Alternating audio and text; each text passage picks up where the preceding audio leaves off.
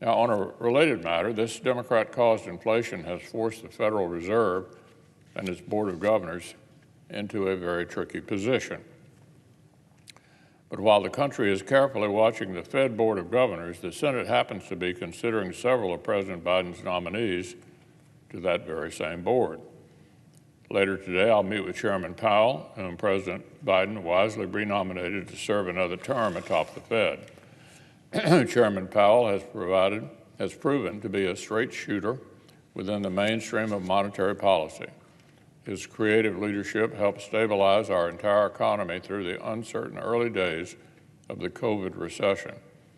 I look forward to discussing inflation and the state of our economy with Chairman Powell this afternoon.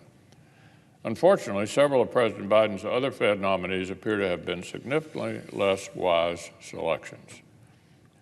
One nominee, Professor Cook from Michigan State University, has previously promoted partisan conspiracy theories. In 2020, she called for a fellow academic to be fired because he opposed defunding the police.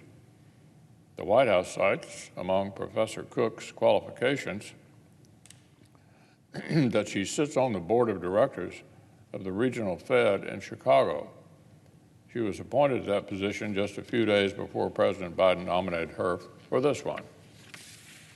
More troubling still is President Biden's nominee to the extremely powerful position of Vice Chair for Supervision. This slot comes with major unilateral power.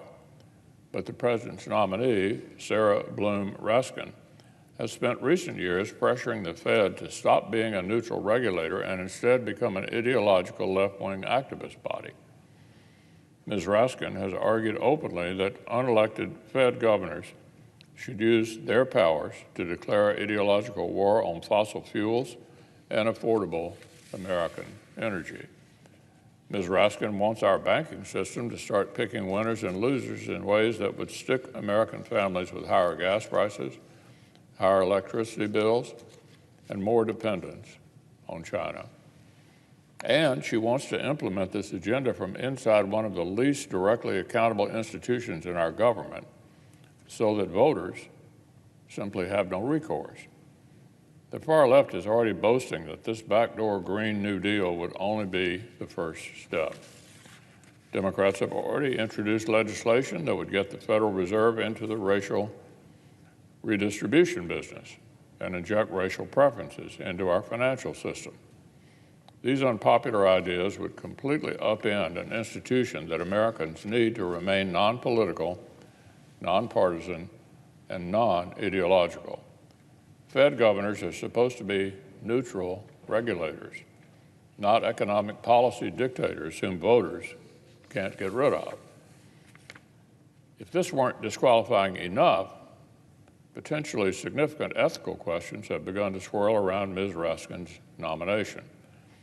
During her time out of government, Ms. Raskin became affiliated with an obscure financial technology firm in Colorado. Shortly thereafter, somehow, mysteriously, this small company became what appears to be the only non-bank financial tech company in the entire country to receive a special master account that allowed them to directly access a core Federal Reserve system. This is an obviously worrisome topic, but I understand that senators have not even been able to get Ms. Raskin to satisfy their basic requests for information. So I would urge President Biden to find a better, more mainstream, more bipartisan candidate to serve this crucial institution.